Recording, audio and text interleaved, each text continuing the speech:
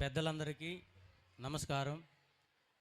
వేదికను పంచుకున్నటువంటి వేదికతో పాటుగా ఉన్నటువంటి పిల్లలకి, వాళ్ళతో పాటుగా వచ్చినటువంటి ఉపాధ్యాయ మిత్రులకి, పిల్లల తల్లిదండ్రులకి నా హృదయపూర్వక అభినందనలు. నిజంగా ఇది మేము పిల్లల పండుగ నిర్వహించాం. ఇది పిల్లల పండుగలా లేదు, ఇది ఒక పిల్లల జాతరలాగా ఉంది. చాలా ఆనందంగా ఉంది. మీ పిల్లలందరి కోసం ప్రతి ఒక్కళ్ళు ఏదో ఒకటి మాట్లాడుతూనే ఉంటారు. నేను రాత్రి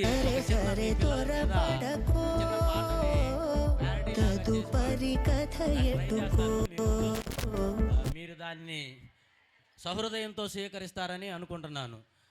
ఇక్కడికి వచ్చినటువంటి పిల్లలందరూ గెలిచారు, ఇది నా అభిప్రాయం. ఎందుకంటే ఎవరికైనా ఇచ్చేది 1, 2, 3 ప్రైజులే. మరి పార్టిసిపేషన్ చేసిన ప్రతి పిల్లలందరూ మరికి ప్రైజులు రాలేదు. అయినా సరే వాళ్ళెవ్వరూ కూడా నిరుత్సాహపడాల్సిన అవసరం లేదు.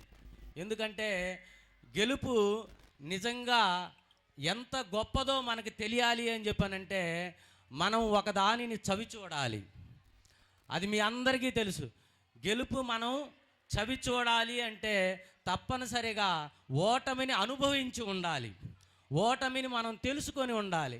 ఆ ఓటమి తెలిసిన తర్వాత, ఓడిపోయిన తర్వాత, ఆ తర్వాత వచ్చేటువంటి గెలుపు ఆ రుచి చాలా టేస్ట్గా ఉంటుంది. దాని మీద తర్వాత మనం ఒక పాట పాడతాం. పాడినప్పుడు ఆ పాట పాడినప్పుడు బాగా అందరికీ నచ్చితే అందరూ ఏం చేస్తారు? అందరూ చప్పట్లు కొడతారు కదా. పాట నచ్చితే అందరూ చప్పట్లు కొడతారు. కానీ ఆ చప్పట్లు కొడితే వచ్చేటువంటి ఆనందం అది పెద్దగా టేస్ట్గా ఉండదు. మరి ఎలా ఉండాలి? ఆ పాట పాడితే ఆ పాట అందరి హృదయాలను అత్తుకొని ఉండాలి. అప్పుడు అది నిజమైన పాట అనిపిస్తుంది.